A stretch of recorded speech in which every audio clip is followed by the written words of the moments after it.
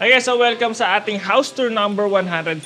So nasa Heroes Hill, Quezon City tayo and titignan natin tong gated na 14 units of townhouses dito sa Heroes Hill, Quezon City. Okay, so medyo under construction pa yung buong project natin. So itong model unit pa lang isisilipin natin. Okay, so unahin natin itong baba natin and yung bandang huling video natin, doon natin ikutin yung buong project natin. Okay, so dito sa baba, yung ground floor natin, meron tayo dito 3-vehicle carport and convertible yan into a smart parking system dahil high ceiling tayo dyan. So, pwede dyan yung magkapatong na sasakyan. Okay? Then dito sa kabilang part, meron tayo dito mezzanine level sa part na to. Dyan yung maid's room natin. And dito, meron pinto. Which opens up dito sa ating utility area. And dyan yung ating booster pump. Nag-act na rin yan as your storage room, pati yung electric panel natin dyan. Okay? So, tara. Dito naman sa ating main door. Napakaganda na rin yung main door natin dyan. Meron tayo dito digital door lock and lever type na rin yung pull handle natin dyan. And ayan, may effect tayo na parang napakalaki ng main door natin dahil naglagay pa sila ng wood detail dito sa tuktok. Okay, sa pagpasok mo is your entry foyer. So wala ka masyadong makikita dito sa entry foyer natin. Maliban lang dito sa space natin dito. Pwede ka dito maglagay ng console table and ayan, naglagay sila dyan ng cabinet space dyan. Okay, tara, pasok. Okay, so hindi rin kulob dito sa entry foyer natin dahil meron tayong floor-to-ceiling na set of windows dito sa part na to, pati dyan sa harap na part natin. Okay, tara! So, ito yung staircase natin papunta sa second floor. Pero bago tayo pumunta sa second floor, andito yung ating mezzanine or yung ating staff quarters. So, kinagandaan na itong staff quarters natin, malapad na rin at medyo maluwag and may sarili na rin toilet and bath. So, meron tayo yung sink, shower, and toilet. So, mataas na rin yung space natin dyan. Ayan, hindi na rin tayo uumpog dyan.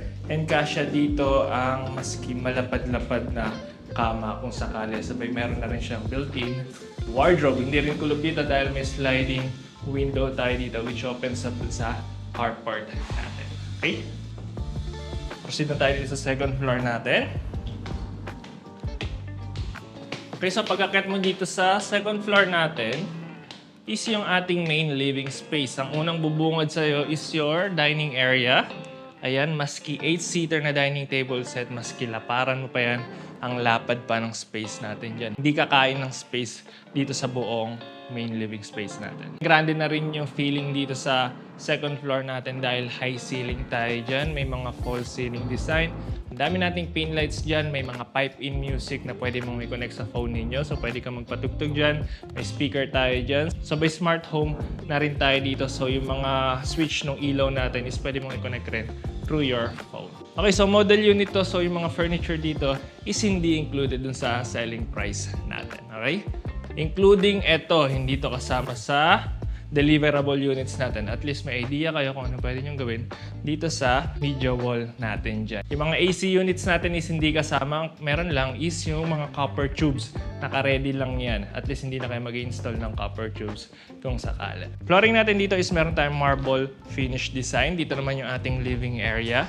Maski medyo malaki-laki or medyo malapad-lapad pa na sofa set, kayang-kaya accommodate yan dito sa space nung living area natin. And ayan, ang layo mo dito sa inyong magiging TV. So maski mga 80 inches na TV yung ilagay nyo dyan, kayang-kaya yan. Hindi ka mahihilo dyan dahil ang layo mo doon sa TV ninyo. Maaliwalas rin dito dahil sa likod ko, meron tayong naglalakihan or floor-to-ceiling na set of windows. Wala tayong balcony dyan pero isang malaking sliding window yan and dito sliding door. Ito na rin yung access natin sa ating fire escape pababayan dun sa carport natin. Ang maganda dito yung mga recessed lights natin dyan. Directional yan, natututok mo kung gusto mo itutok dito sa media wall natin or some parts dito sa living or dining area natin. Okay, so kung mahilig kayong mag-invite ng mga bisita, ayan, perfect na perfect to dahil, ayan, ang dami nating ma-accommodate dito. Ang dami nating seating area or yung seating capacity natin. 8 dito and then dito maski 7 or 8 rin, kayang-kaya. Next up, dito, sa gilid ng media wall natin is yung powder room natin. So meron tayo ditong sink, napakalaking vanity mirror, high ceiling na rin tayo dito, and meron tayong exhaust fan Eto, tagusan tong window na to. Fixed window yan papunta dun sa kitchen natin. So, perfect dito if maglalagay ka pa ng parang blinds. And yung walls natin dito is merong glossy finish design. Ayan. Nagkaroon ka na rin dito ng parang ledge sa part na yan. Okay? So, may parang lagpasan yung sink natin dito. Ganda. Pati yung pinto natin, mukhang malaki. Ayan. Okay? Next up is yung kitchen natin. So, meron tayo ditong counter sa part na to. Dito ka magbubutas for your cooktop. Dito yung inyong magiging range hood. Dire-diretso yung mapunta doon sa bubong. Dami natin dyan cupboard space. Ang lalapad na rin yan. Ayan. Pati base cabinets dito sa baba. Countertop natin is made of quartz. May mga pin lights na rin tayo dyan. And then dito sa part na to is your spot for your dual door na fridge. Sabay another space na naman or mga cabinet space na naman hanggang dyan sa tuktok. Meron tayo dyang cove ceiling design sa ceiling natin. Meron na rin tayo speaker or pipe-in music. And then dito sa corner natin, naglagay sila ng corner shelf. Parang nag-act na rin siya as your pantry. Sabay cabinet space ulit dito sa baba. Hindi rin kulob dito dahil meron kang bintana sa part na to. And meron kang casement door dito with glass panel which opens up dito sa maliit na space na to. Ayan. So, ito yung pinaka-air well natin. And, ayan, ito na rin yung fire escape natin. Hindi lang to covered, so medyo nauulanan tong part na to. So, I think pwede itong maging service area kung sakali.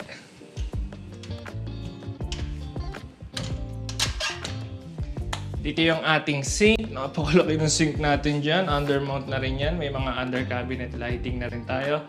Dami nating cupboard space and cabinet space sa baba. Ito yung mga drawers natin. Ayan. Soft close na rin tayo dyan. And ayan, maliwalas dito dahil ang dami nating pin lights. Sabay may bintana or may natural light na pumapasok dito sa part na ito. Okay, ito lang para dito sa ating second floor. Akit na tayo sa third floor natin. Nandun yung ating master bedroom and yung bedroom number 2 natin. Tara! So kung townhouse developer kayo, may townhouse project ka na gusto i-feature dito sa aming YouTube channel, kindly send us a message dito sa aming contact number or dito sa aming email address. Okay, tara! So yung staircase natin, hindi rin na madilim dahil meron silang fixed window dito sa part na to. Ayan. So pasok pa rin yung liwanag dito sa staircase natin during daytime. Pag-akyat mo, sasalubungin ka netong shelves na to sa pagitan netong dalawang pinto natin. Dito muna tayo sa ating bedroom number 1. Ito yung ating bedroom number 1. Kasya maski double size na bed. May space ka pa for a bedside table lang sa magkabilang side. Again, hindi included to mga panelings natin, pati yung mga furniture natin sa ating selling price. Meron tayo ditong floor to ceiling na built-in wardrobes. Ang lalaki na rin ng pin lights natin dyan. Dito yung ating magiging media wall. Then meron tayo ditong AC unit, sabay may setup windows tayo dyan sa likod natin. Okay? Then behind this door is your ensuite toilet and bath. So meron tayo ditong wall-mounted sink, vanity mirror, may toilet tayo sa gitna, and ito yung ating shower area. Wala lang tayo dito, is yung shower enclosure. Then dito, meron tayo ditong wall niche. Wala rin tayo ditong ventilation, pero meron tayo ditong exhaust fan sa tuktok. Okay, tara! Next up is yung ating master bedroom. Tara! Again, ito yung ating mga shelves. So, mga sapatos or extra na lagay ng mga damit kung marami tayong damit. Ito yung ating master bedroom. So, kasya maski king size bed. Ito yung ating magiging media wall sa part na to. So, ang laki rin ng space nito. So, maski naglagay sila dito ng office table or study table, ayan, kayang-kaya ng space natin dyan. So, may false ceiling design tayo dyan. Marami tayong pin lights, may mga recess lights, may speaker na rin tayo, may pipe-in music dito sa master bedroom. Again, wala tayo ditong balcony pero meron tayo ditong set of sliding window sa part na yan. So, ayan, king size bed sabay may space ka pa for a bedside table lamp sa magkabilang side. Again, yung mga paddings natin dyan, pati itong wallpaper na to is hindi included dito sa ating selling price. Okay? Sa likod, may malapad tayo dito na floor to ceiling na built-in wardrobe. Ayan, ang lalim na rin yan. Arm check. Ayan, almost buong braso ko pasok dun sa cabinets natin. Okay, pati dito sa ilalim, meron pang extra na drawer. Ayan, okay? Now, flooring natin dito is SPC vinyl tile. Okay? Pasok mo is your another set of floor to ceiling na built-in wardrobe. Diyan sa part na yan. L-shape yan, meron dito. And meron rin dito sa likod ng pinto natin. And then pagpasok mo, very aesthetic. Yung design na itong ensuite toilet and bath natin dito sa ating master bedroom. Ang lapad rin nito, ito yung shower area natin. Naglagay sila dito ng set of windows sliding, pati dito sa ibabaw sliding with frosted glass design. So pasok pa rin yung natural light, pero may privacy tayo galing dun sa labas.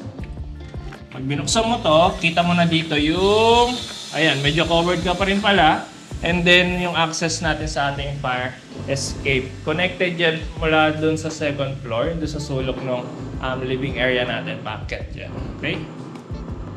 Dito sa part na to is meron tayong wall niche, sabay meron tayong false ceiling design na merong 5 pin lights. Kulang na lang ulit dito is yung ating sliding door. Okay, so dito sa side na to meron tayong vessel sink, malalim na rin yan. Vanity mirror na malaki, and then meron ka pang space para sa mga toiletries natin dyan and open shelves dito sa baba. Lahat ng toilet and bath natin wala siyang included na heater, pero meron tayong provision para sa mga multi-point do sa heater natin. So pwede magkaroon ng heater yung gripo natin dyan. Pwede ito, hindi lang siya single point. Okay? Lang para dito sa ating third floor, akit tayo sa fourth floor natin. Ando pa yung 2 bedrooms natin. Meron ring multipurpose area, pati roof deck. Tara! Okay, so kung naghahanap ka ng townhouse dito sa Metro Manila, kindly send us a message dito sa aming contact number or message nyo lang kami dito sa aming Facebook page at Townhouse Central. And may fill upan lang kayo doon na Google form and iko-contactin namin agad. Okay, tara! Pag-akit mo dito sa 4th floor natin, meron tayo ditong multipurpose area. So dito, naglagay sila ng mga cabinet space, mga shelves, pero depende na sa inyo so kung paano nyo i-utilize tong space na to. Pero dito, may 2 tayong bedroom. Pero dito muna tayo. Meron tayo ditong roof deck. Ayan. Okay? So, pwede itong maging tambayan, maglagay ka ng coffee table. Pwede rin itong maging garden kung sakali. So, pwede dito, overlooking ka na dito sa gate ninyo o yung driveway ninyo dun sa labas. Kita mo na rin yung pool dito kung itong mapili nyo yung model unit, which is available pa rin. So maliban na tambayan to, dito naman sa part na to, yung ating laundry area. Andyan yung abang ng ating drain, pati yung gripo natin. Diyan. And partially covered rin tong roof deck natin. Itong part na to, medyo covered to. Pero dito, medyo open. Pero pasok pa rin yung liwanag dito, maliwalas dito sa roof deck natin. And sabay yung buong wall na itong multipurpose area natin is fixed window and then casement door. Okay, tara! So, meron tayo ditong 2 pinto. Kambal na kwarto yan. Dito muna tayo sa ating bedroom number 3. So, kasya dito, maski double size na bed. So, maski queen size, kasya pa rin kung hindi ka maglalagay ng bedside table lamp. Malalaking pin lights natin. May sarili siyang set of windows dyan. Dito yung AC unit natin. Meron tayong window type na AC unit. Dito yung ating magiging media wall. Compared lang doon sa baba, dito, meron ka ng, sara natin to, sliding door. Pero, Jack and Jill, itong toilet and bath natin. So, share itong bedroom number 3 natin and yung bedroom number 4 natin. So, huwag mo lang kakalimutan na mag-lock. Okay? Meron ka ditong his and her sink. 2 sink yan. Malaking vanity mirror. May false ceiling design. Marami tayong pin lights.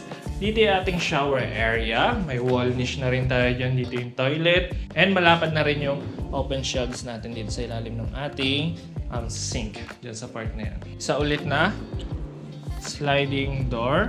Ayan. Which leads you to your bedroom number 4. Almost same design sila and size ng bedroom number 3 natin. Pati yung bedroom dun sa baba. May sarili sila ditong built-in wardrobe, floor to ceiling. Dito yung media wall natin and ito maski double size na bed or maski queen size bed, kayang-kaya i-accommodate yan itong bedroom na to. Sabay set up windows dito sa part na to. Sabay provision para sa ating window type na AC unit. Okay? Tapos na tayo sa baba and ikutin natin yung buong project natin. Tara! Okay guys, so ikutin natin tong buong project natin. So medyo maingay since under construction pa yung mga units natin. So again, meron tayong 3 vehicle carport na pwede mong i-convert into a smart parking system. So pwede maging 5 yung nakapark dyan.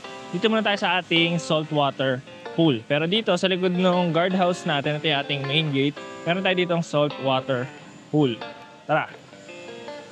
So for sure, may pagka-infinity yung design netong pool natin dyan. Dito yung ating shower area tsaka yung toilet natin. Sabay dun sa likod na part is yung ating filtration system. So maglalagay pa sila dito ng mga halaman sa part na to. So medyo covered yung dun sa part na yan.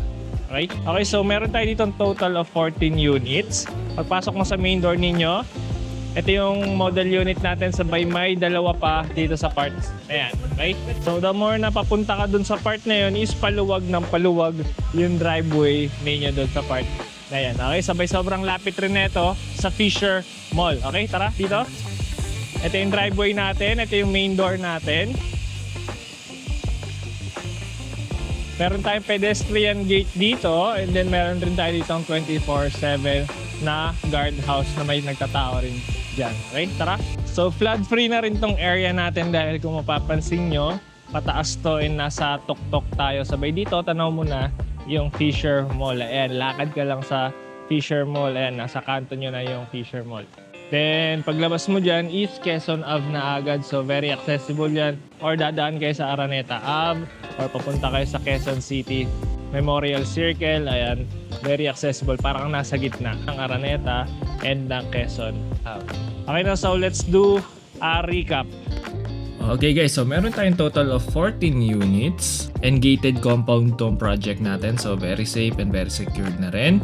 Meron tayo ditong lot area of 81 square meters to 121 square meters while yung floor area natin is 345 to 425 square meters. Yung carport natin is 3 carport lang talaga, pero kung gagawin yung smart parking system, pwedeng maging 4 vehicle carport, pero depende sa unit mo kukuha ninyo. Like for example, yung makuha ninyo is yung unit G or yung unit O, nasa dulo yon and maluwag pa yung harap mo nun, so pwede ka dun magkaroon ng 7 vehicle carport.